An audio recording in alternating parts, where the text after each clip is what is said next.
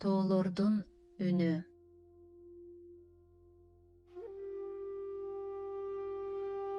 Илгери асман тиреген бийик тоолордун арасында жапжашыл жайлоодо Аруке аттуу кичинекей кыз жашаган. Анын үйү кооз оймолору бар ак боз үй эле. Аруке күн сайын эртең менен сыртка чыгып, тоолордун таза абасынан дем алып, шаркырап аккан суулардын үнүн угууну абдан жакшы көрчү. Ал үчүн тоолор эң жакын досторундай эле.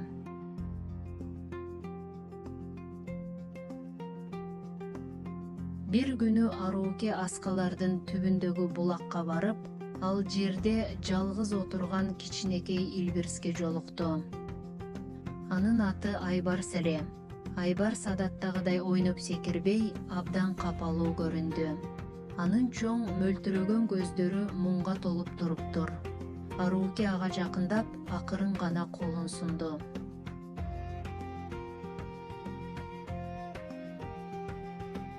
«Эмне болду, Айбарс?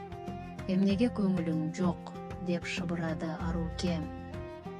Айбарс ордунан туруп Арукени гүлдүү өрөнгө баштап барды. Бирок ал жер мурдагыдай кооз эмес эле. Айбарс алдыңкы буту менен чөптүн арасында чачылып жаткан таштандыларды көрсөттү. Күчүктүн жүзүнөн жаратылыштын булганганына ичи ачышып жатканы көрүнүп турду.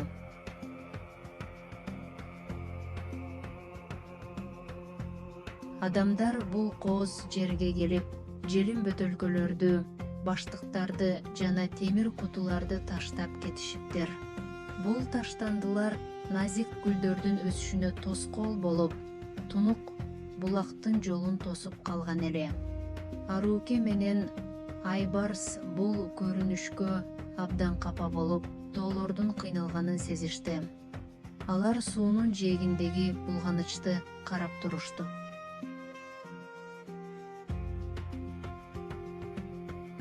Тоолор бизден жардам сурап жатышат. Алардын үнү булгангандыктан жакшы угулбай калыптыр, деди Аруке чечкиндүү түрдө. Ал дароо ишке киришти. Аруке колуна чоң кап алып, жерде жаткан желим бөтөлкөлөрдү бир-бирден чогулта баштады. Алар бир гүлдү таштандыдан куткарууну каалады.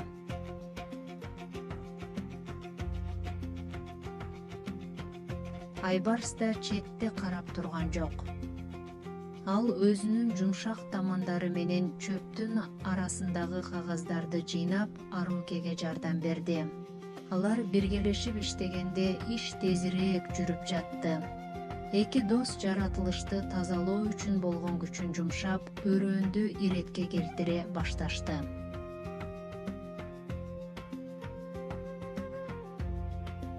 Капысынан алар бадалдын арасында тыбырчылап жаткан кичинекей канаттууну көрүштү.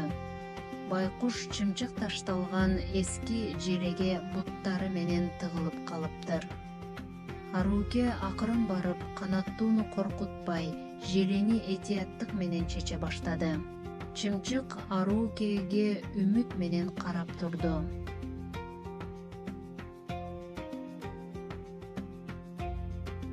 Аруке желени чечкенде, канаттуу кубанып сайрап, бийик көк асманга учуп кетти. Айбарс анын артынан кубаныч менен суктана карап турду. Тоолор кайрадан жандана баштагандай, куштардын шайыр үнү бүткүл өрөөнгө жаңырып, эркиндикке чыккан канаттуу бийик чокуларды көздөй бет алды.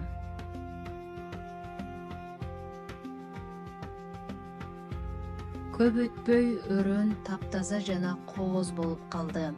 Булактын суусу кайрадан мөлтүрөп агып, гүлдөр баштарын көтөрүп, күнгө жылмайышты. Аруке менен Айбарс чарчаса да жасаган иштерине абдан ыраазы болушту. Алар тазаланган булактын жээгинде отуруп, суунун шылдыраган жагымдуу үнүн угушту.